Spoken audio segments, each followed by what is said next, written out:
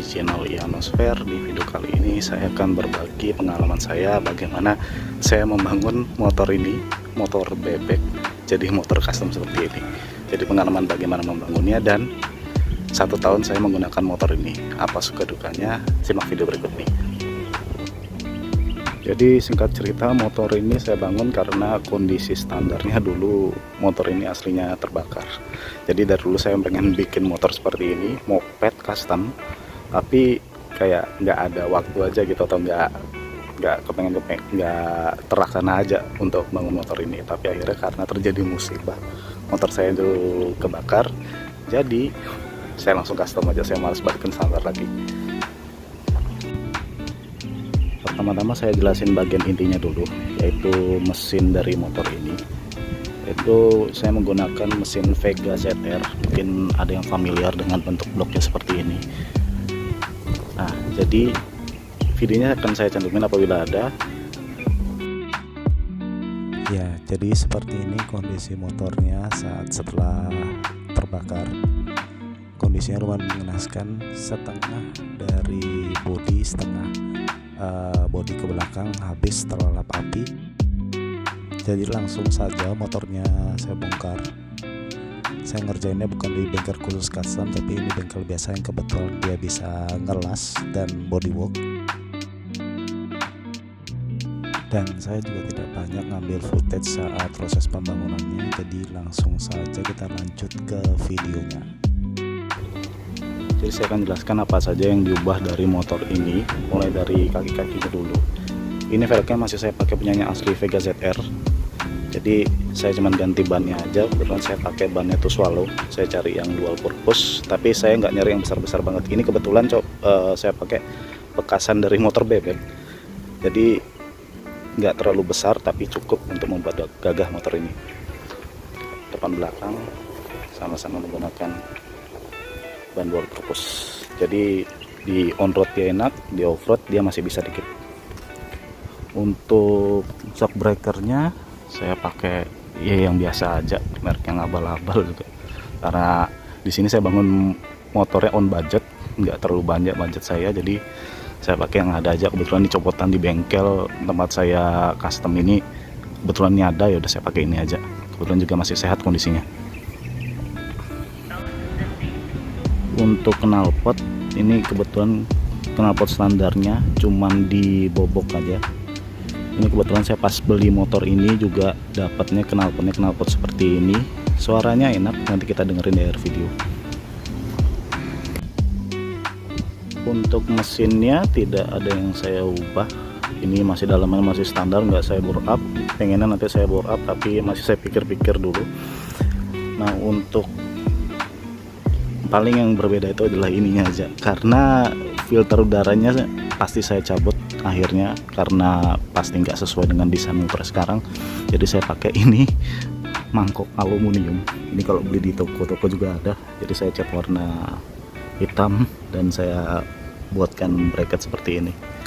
Dan untuk koplingnya ini seperti bisa dilihat di sini nggak ada untuk narik tos koplingnya ya, karena ini masih kopling cantolan doang.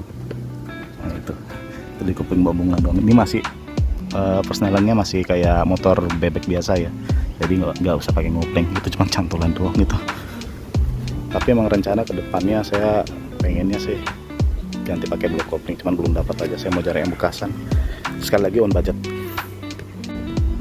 ya. Motor ini udah setahun jalan. Dari mana bisa tahu? Yaitu satu, ini lampu sennya udah, mungkin nggak kelihatan kamera, ini udah agak lumutan.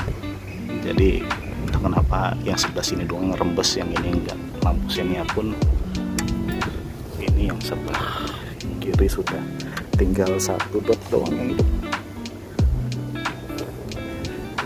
Nah, setelah itu bisa dilihat juga motor ini setahun dari mana. Ini kalau kelihatan kamera, ayo fokus dong ya. Ini bisa kelihatan ini sudah karatan. Jadi di sini kita tahu motor ini sudah tahun umurnya. Ini saya buat ini motor di tahun 2021 bulan Juli. Untuk part-part lainnya biasa-biasa aja ya. Jadi ini stangnya kebetulan saya dapat di Loakan, spionnya saya pakai spion model bulat seperti ini, tapi ini rencana bakal saya ubah karena ini kalau misalnya kita pakai sarung tangan masih ada kemungkinan untuk mentok ke knuckle gitu. Kemungkinan bakal mentok, jadi rencana saya bakal ganti sama spion yang agak tinggi, atau yang mungkin kayak gini ada mungkin yang bisa diatur untuk naik turunnya. Untuk tangki saya beli jadi, kebetulan mungkin ini orang bilangnya miripnya kayak CB ya, tapi saya nggak nyari motor ini biar niru kayak CB, cuman saya pengen supaya posisi duduk saya itu agak mundur sedikit dari standarnya. Jadi yang awalnya mungkin posisi duduknya tuh di sini kalau masih motor bebeknya, jadi saya mundurin supaya posisi berkendara saya jadi lebih nyaman. Jadi yang seperti teman-teman bisa lihat, kalau dengan menggunakan tangki yang sebesar ini, jadi posisinya kaki saya jadi tidak menekuk terlalu banyak, malah cenderung lebih berbentuk L. Jadi ini sangat nyaman untuk berkendara jarak jauh, jadi ini nggak gampang pegel.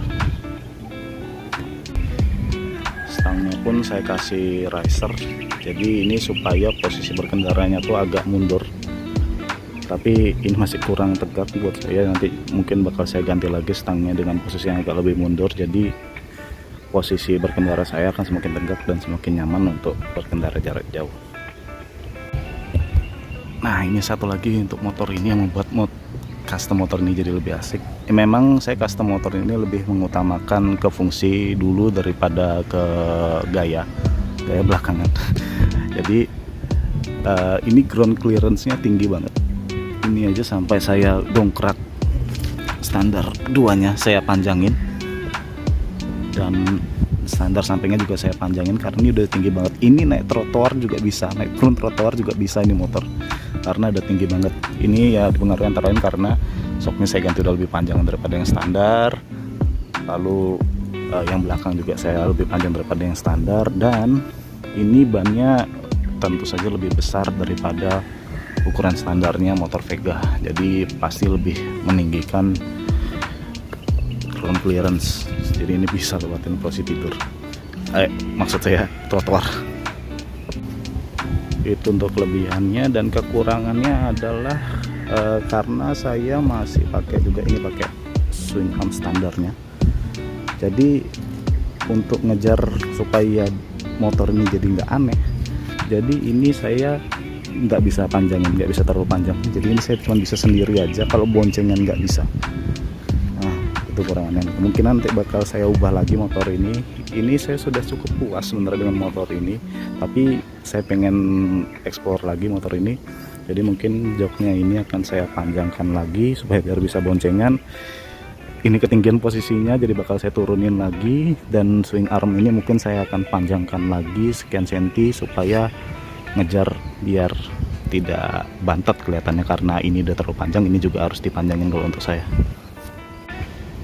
Kekurangan yang kedua adalah mungkin posisi berkendaranya sudah nyaman, tapi di sisi lain juga karena ini pakai mesin bebek, kelemahannya adalah ini saya pakai mesin motor bebek dari Yamaha yang tahunnya masih muda dan menurut saya paling murah ya pada saat motor keluaran tahun 2010. Jadi mesin ini getar, kalau dipakai untuk cruising itu sangat kerasa sekali getarannya, terutama di kecepatan sekitaran 70 km ke atas, 70 km per jam, itu sangat berasa sekali getarannya. Saya harus bereskan itu dulu supaya tetap jalan kalau misal saya mau touring-touring jadi lebih enak. Dan salah satu PR motor custom dengan menggunakan mesin bebek itu adalah karbunya. Ini kalau teman-teman pakai bahan motor lain mungkin ada yang karbunya bisa dibolak-balik posisinya, itu akan sangat lebih bagus. Tapi kalau ini posisinya kebetulan kalau misal diputar akan mentok ke rangka, jadi ini nggak bisa saya balik. Jadi kendalanya adalah ini kalau nggak saya tutup bakal kena air hujan.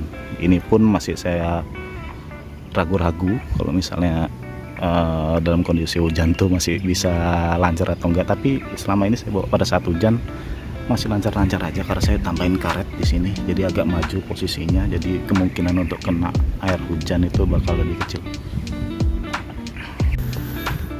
Jadi sekian sharing saya dalam membangun motor bebek seperti ini menjadi motor custom. Intinya kalau menurut saya adalah membangun motor bebek seperti ini, kalau masalah desain adalah proporsional, jangan terlalu besar.